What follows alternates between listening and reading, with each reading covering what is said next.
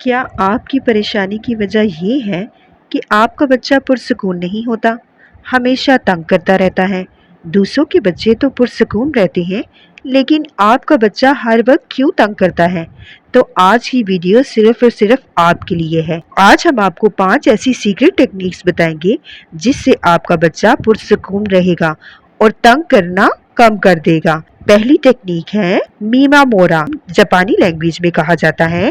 اس کا مطلب ہے observe first and then act، یعنی پہلے آپ نے مشاہدہ کرنا ہے کہ مسئلہ کیا ہے، اس کے بعد اس کا حل نکالنا ہے۔ جب بچہ روتا ہے تو ہم کیا کرتے ہیں؟ فوراً پینک ہو جاتے ہیں اور بچے کو چپ کروانے کی کوشش کرتے ہیں۔ شور پیدا کرنے والے کھلونے دکھاتے ہیں، موبائل لگا دیتے ہیں یا ٹی وی آن کر دیتے ہیں، لیکن بچہ ہے کہ اور زیادہ رونا شروع کر دیتا ہے۔ لیکن جاپان کے لوگ ایسا نہیں کرتے۔ جاپان کے لوگ یہ سمجھتے ہیں کہ جب بچہ روتا ہے تو اس کی ایک اپنی زبان ہوتی ہے، یعنی وہ کچھ کہنا چاہتا ہے۔ اس وقت بچہ جب روتا ہے تو اس کا انداز مختلف ہوتا ہے۔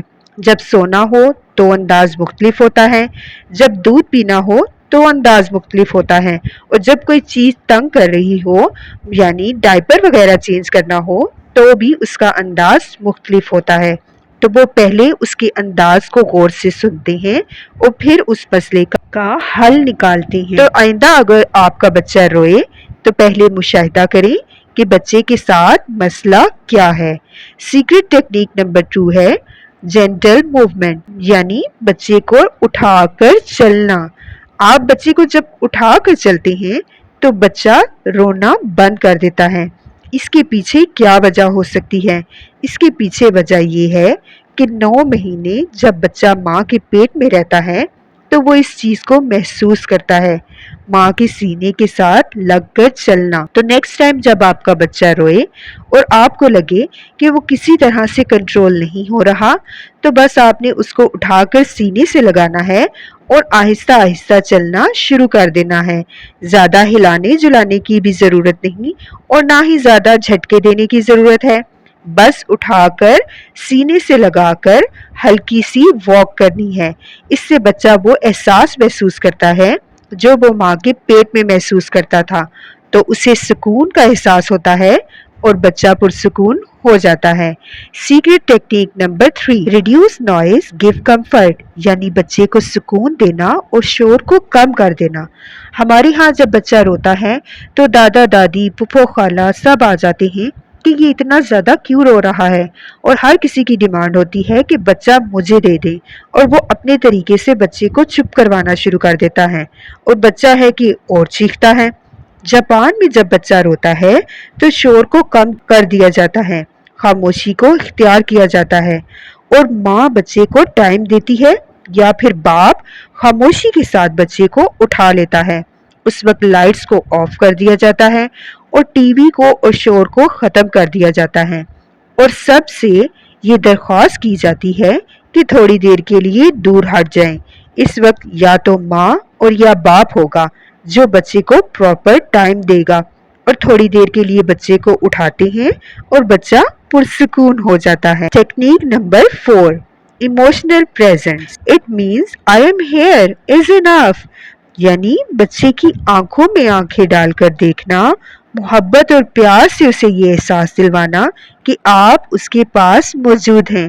ایسا کرنے سے بچے کو تحفظ کا احساس ہوتا ہے، بچہ نارمل ہو جاتا ہے۔ لیکن اگر آپ بچے کو روتا ہوا دیکھ کر پریشان ہو جاتی ہیں اور چیخنا چلانا شروع کر دیتی ہیں، میرے بچے کو کیا ہو گیا، کیوں رو رہا ہے، یہ ایسا کرنا شروع کر دیں گے تو بچہ بھی یہی چیز سیکھے گا اور وہ اور زیادہ رونا شروع کر دے گا۔ اس ٹائم آپ کا بچہ جب روئے تو آپ نے پریشان بالکل بھی نہیں ہونا اور اس سچویشن کو آرام، سکون اور سمجھداری کے ساتھ سنبھالنا ہے۔ 5th technique, routine and rhythm, it means create a pattern, یعنی بچے کی روزمرہ کی ایک روٹین کو سیٹ کر لیں کہ کتنے بجے سونا ہے، کتنے بجے دودھ دینا ہے، کتنے بجے ڈائپر کو چینج کرنا ہے اور کتنے وقت کے بعد نہانا ہے۔